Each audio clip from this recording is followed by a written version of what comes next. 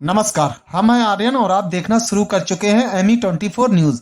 आज हम आपको लेकर जा रहे हैं भोजपुरी सिनेमा और राजनीति के बीच उठे सबसे विवादास्पद मामले की गहराई में। ये कहानी भोजपुरी अभिनेता और राजनीतिक हस्ती पवन सिंह और उनकी पत्नी ज्योति सिंह की, जिनके बीच चल रहा विवाद अब सिर्फ निजी नहीं बल्कि सार्वजनिक और राजनीतिक मोड़ ले चुका है। पिछले कुछ दिनों से मीडिया और सोशल मीडिया पर लगातार चर्चा में है ज्योति सिंह के गंभीर आरोप, जिनका असर सिर्फ पवन सिंह की निजी जिंदगी पर ही नहीं बल्कि उनके राजनीतिक करियर पर भी पड़ा है।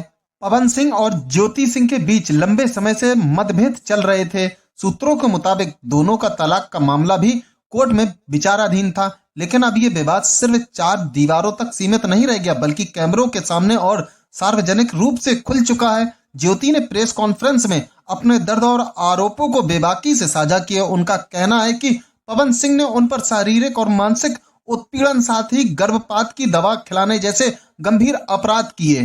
ज्योति का कहना है कि विरोध करने पर उन्हें लगातार टॉर्चर और मानसिक दबाव सहना पड़ा। कुछ मौकों पर उन्होंने नींद की गोलियां खा ली ताकि तनाव और दबाव को सहन किया जा सके।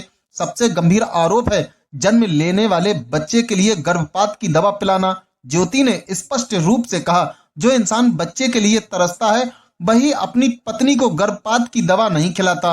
इस आरोप ने न सिर्फ परिवार और दोस्तों को बल्कि जनता को भी झंझोर दिया। ज्योति ने यह भी बताया कि जब उन्होंने पुलिस से मदद मांगी तब पवन सिंह के फैंस और कुछ पुलिसकर्मी उन्हें धमकी देते रहे। उनका सवाल था, जब मुझे धमकी दी जा रही थी तब मेरी सुरक्षा कहाँ थी। यहाँ ज्योति ने पवन सिंह की Y+ सिक्योरिटी पर भी सवाल उठाए।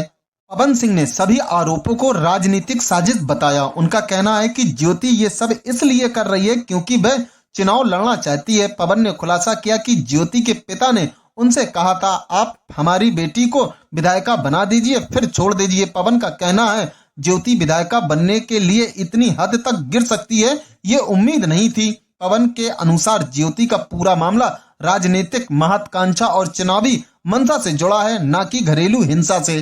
ज्योति ने अपने राजनीतिक इरादे का भी खुलासा किया। उन्होंने कहा कि वह बिहार के काराकाट सीट से चुनाव लड़ना चाहती हैं। उनका कहना है कि पवन सिंह ने लोकसभा चुनाव हारने के बाद काराकाट क्षेत्र में कभी वापसी नहीं की और जिन लोगों ने उन पर भरोसा जताया उनके साथ विश्वासघात हुआ। इसलिए अब ज्योति खुद जनता के बीच खड़ी होकर चुनाव लड़ना चाहती हैं। ज्योति ने साफ शब्दों में कहा, अगर पवन सिंह मुझे पत्नी के रूप में स्वीकार कर लें तो मैं चुनाव नहीं लड़ूंगी।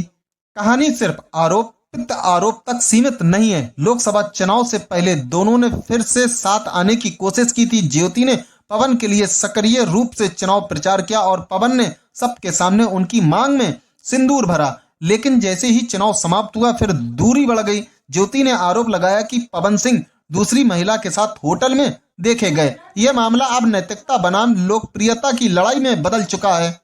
हाल ही में दोनों ने अलग अलग प्रेस कॉन्फ्रेंस की। ज्योति ने बेबाकी से सभी आरोप सामने रखे जबकि पवन ने इसे राजनीतिक शरारत बताया। जनता और मीडिया दोनों ही इस मामले पर गहरी नजर रखे हुए है। विशेषज्ञों का मानना है कि भोजपुरी सिनेमा के सुपरस्टार का राजनीतिक भविष्य अब इस विवाद से प्रभावित होगा।